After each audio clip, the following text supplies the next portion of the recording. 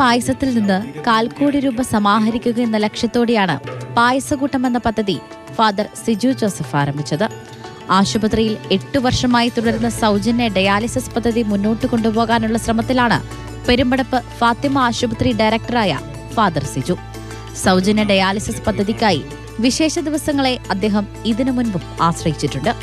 ഉപയോഗശൂന്യമായ പ്ലാസ്റ്റിക് കുപ്പികളിൽ ചില്ലറകൾ ശേഖരിച്ച് 2.5 ലക്ഷം സ്വരുക്കൂട്ടിയതടക്കം നിരവധി പ്രവർത്തനങ്ങളുമായി മുന്നോട്ട് പോവുകയാണ് ഈ വൈദികൻ.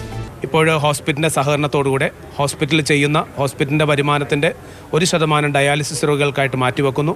ഒപ്പം ഇതുപോലെയുള്ള സംരംഭത്തോട് സഹകരിക്കുന്ന അഭ്യുദയകാംക്ഷികളുടെ സഹകരണത്തോടുകൂടെ 25 ലക്ഷം രൂപ ഈ ഓണത്തോടനുബന്ധിച്ച് ഡയാലിസിസ് രോഗികൾക്കായിട്ട് സൗജന്യ ഡയാലിസിസ് അല്ലെങ്കിൽ സൗജന്യ നിരക്കിൽ ഡയാലിസിസ് ചെയ്യുവാനായിട്ടുള്ളൊരു സംരംഭം ഒരുക്കുകയാണ്.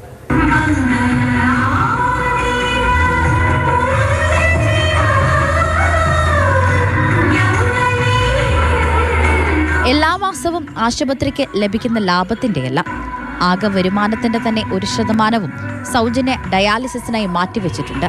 12,000-ലേറെ സൗജന്യ ഡയാലിസിസുകൾ ഫാദർ സിജു മുൻകൈയെടുത്ത് നടത്തിയിട്ടുണ്ട്. ഡയാലിസർ കിറ്റുകളുടെ വിതരണവുമുണ്ട്. എറണാകുളം സെന്റ് തെരേസാസ് കോളേജിൽ നടന്ന പായസക്കൂട്ടത്തിനായുള്ള പായസം തയ്യാറാക്കിയത് പഴയിടമാണെന്ന പ്രത്യേകതയും ഈ പദ്ധതിക്കുണ്ട്. മാതൃഭൂമി ന്യൂസ്, കൊച്ചി. എത്ര രോഗികൾക്ക്, എത്ര കുടുംബങ്ങൾക്ക് കരുതലാക്കുകയാണ് ഫാദർ സിജു ജോസഫ് അല്ലെ? സ്നേഹമോൾ നൈനാൻ നമുക്കൊപ്പം ചേർന്നുണ്ട്. സ്നേഹ, കൂടുതലായി പറയൂ ഫാദർ സിജുവിനെ കുറിച്ചും അദ്ദേഹത്തിന്റെ ഇപ്പോൾ ഈ ഓണക്കൂട്ട് എന്ന് പറയുന്ന ഒരു പദ്ധതിയെ കുറിച്ചുമൊക്കെ കൂടുതലായി പറയൂ. ലോകമെമ്പാടുമുള്ള മലയാളികൾ അങ്ങനെ ഓണം ആഘോഷിച്ചുകൊണ്ടിരിക്കുകയാണ്. ഓണാഘോഷത്തിൻ്റെ അവസാന ഘട്ടത്തിലൊക്കെ എത്തി നിൽക്കുകയാണെങ്കിലും ആഘോഷത്തിന് മറ്റുള്ളവരെയും കൂടി കരുതുക എന്നുള്ളത് വലിയ ഒരു കാര്യമാണ്. വലിയ ഒരു മനസ്സുള്ളവർക്ക് അങ്ങനെ സാധിക്കുകയുള്ളൂ. പെരുമ്പടപ്പുള്ള ഫാത്തിമ ആശുപത്രി ദീർഘനാളുകളായിട്ട് സൗജന്യ ഡയാലിസിസ് പദ്ധതി നടത്തുന്ന ഒരു ആശുപത്രിയാണ്. ഫാദർ സിജു ജോസഫിൻ്റെ നേതൃത്വത്തിലാണ് ഈ പദ്ധതി നടത്തി വരുന്നത്. ആശുപത്രിയുടെ ഡയറക്ടറാണ് അദ്ദേഹം.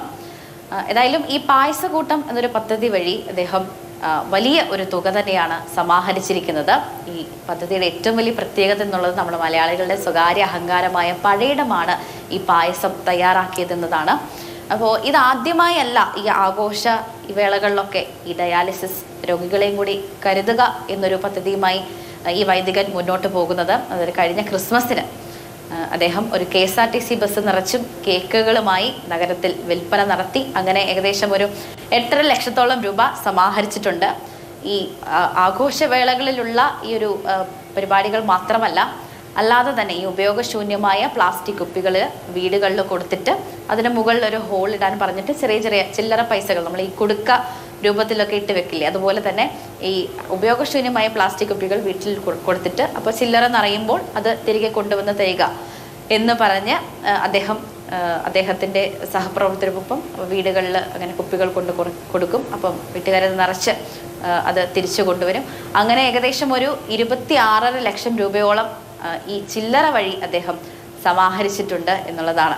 അപ്പോൾ അങ്ങനെ വിവിധ പദ്ധതികൾ വഴി അദ്ദേഹം വലിയ ഒരു തുക തന്നെ സമാഹരിക്കുന്നുണ്ട്. മാത്രമല്ല ആശുപത്രിയുടെ 1 മാസത്തെ ഈ ഒരു ലാഭവിഹിതം അതിൻ്റെ 1% ഈ ഡയാലിസിസ് പദ്ധതിക്കായിട്ട്, ഈ സൗജന്യ ഡയാലിസിസ് പദ്ധതിക്കായിട്ട് മാറ്റിവെക്കുകയാണ്.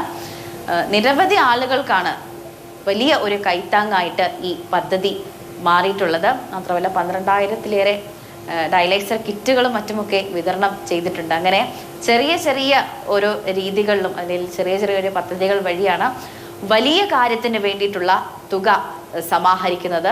ഏതായാലും ഈ ഓണം ഈ വലിയ മനസ്സുള്ളവർക്കും കൂടി ഒരു അടിപൊളിയാവട്ടെ, ഐശ്വര്യപൂർണ്ണമാവട്ടെ. തീർച്ചയായും സ്നേഹ.